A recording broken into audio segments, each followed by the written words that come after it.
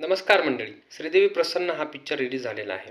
हा पिक्चर कसा आहे हेच आपण या रीलमध्ये बघणार आहोत. या पिक्चरची स्टोरी आपल्याला अशी बघायला भेटत आहे की एक मुलगी आणि एक मुलगा दोघांना लग्न करायचं आहे. त्यांच्या घरच्यांना असं वाटतं की हे दोन्ही टोनगे आता मोठे झालेले आहेत आणि त्यांचं लग्न करून द्यायला पाहिजे, नाहीतर मग हे आपल्यावरच कार्यक्रम करतील. मुलीच्या घरचे जे आहेत ना, ते पुराण्या जमान्यामधले जे पिक्चर वगैरे असतात त्या पिक्चरचे खूप वेडे असतात. बॉलिवूडमधले जेवढे जुने पुराणे पिक्चर आहेत त्यांचे खूप चाहते असतात. त्यांच्या घरातलं प्रत्येक माणसाचं नाव असं पिक्चरच्या कुठल्या तरी नावावरनं किंवा मग एखाद्या हिरोच्या नावावरनं ठेवलेलं आहे. म्हणूनच ह्याही पिक्चरमध्ये जी हिरोईन दाखवलेली आहे आपल्याला, सई तामणकर, त्या सई तामणकरचं नावही तेच ठेवण्यात आलेलं आहे, श्रीदेवी. श्रीदेवीच्या घरच्यांना असं वाटत असते की आता श्रीदेवीने बी जसं पिक्चरमध्ये होतंय एखाद्या मुलासोबत हात धरून पळून जाणे, तोंड काळं करणे वगैरे असं करतात ना, तर ते सगळं करावं आणि आपणही त्यांच्यासोबत मग त्यांना घरी घ्यावं, सामील करावं आणि मग आपण त्यांना माफ करावं आणि ह्या सगळ्या गोष्टी त्यांना असं करावं असं वाटते. प्रोफेसर असते, तिला ह्या सगळ्या गोष्टी पटत नाहीत, पण ती मग अशी शक्कल लढवते की तिला असं वाटते की आपण जे करणार आहोत ते घरच्यांना नाही कळलं पाहिजे आणि त्यांची मनं खुश झाली पाहिजे. तर त्याच्यामुळं ती मैत्रिमुनी साईडवर जे असते तिथं तिचं नाव नोंदवती आणि जो प्रसन्न असतो तो प्रसन्न मोठ्या कंपनीमध्ये कामाला असतो.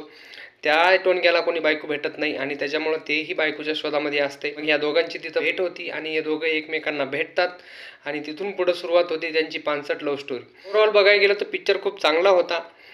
या पिक्चरची कहाणी काही असे वेगळी नाही आहे, टिपिकल तीच कहाणी आपल्याला बघायला भेटते. याच्या आधी आपण हिंदीमध्ये, मराठीमध्ये बऱ्याचशा पिक्चरमध्ये बघितलेली आहे.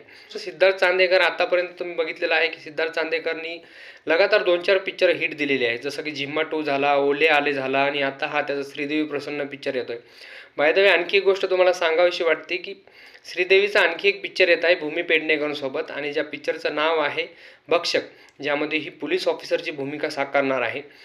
तसं ते आता हिंदीवाल्यांना बी कळून चुकलेलं आहे की मराठीतले जे ॲक्टर आहेत ते काही कमी नाही आहेत आणि मराठीतल्या ॲक्टरसारखा कोणीही काम करू शकत नाही. याही पिक्चरमध्ये त्यांनी तशीच ॲक्टिंग केलेली आहे. तुम्ही पिक्चर बघायला जाऊ शकता. मी जर सगळी कहाणी तुम्हाला इथं सांगितली ना, तर त्या थिएटरमध्ये कोणीच जाणार नाही आणि त्याचं सगळं नुकसान होईल. आपण परत वरनं बोंबलतो की आता मराठी पिक्चरला काही कोणी जात नाही आहे, मराठी पिक्चरचे कंटेंट चांगले नसतात, त्यांची स्टोरी चांगली नसते, कलाकार चांगले नसतात, तेच कलाकार घेऊन काम करतात. तर तुम्ही ते पिक्चर बघायला जा, म्हणजे जेणेकरून थोडं जरी जेवढे पैसे लावलेले आहेत तेवढे पैसे तरी त्यांना भेटू द्या. सर भेटूया आपण एका नवीन चित्रपटासोबत, एका नवीन स्टोरीसोबत. तोपर्यंत सगळ्यांना माझ्याकडनं राम राम.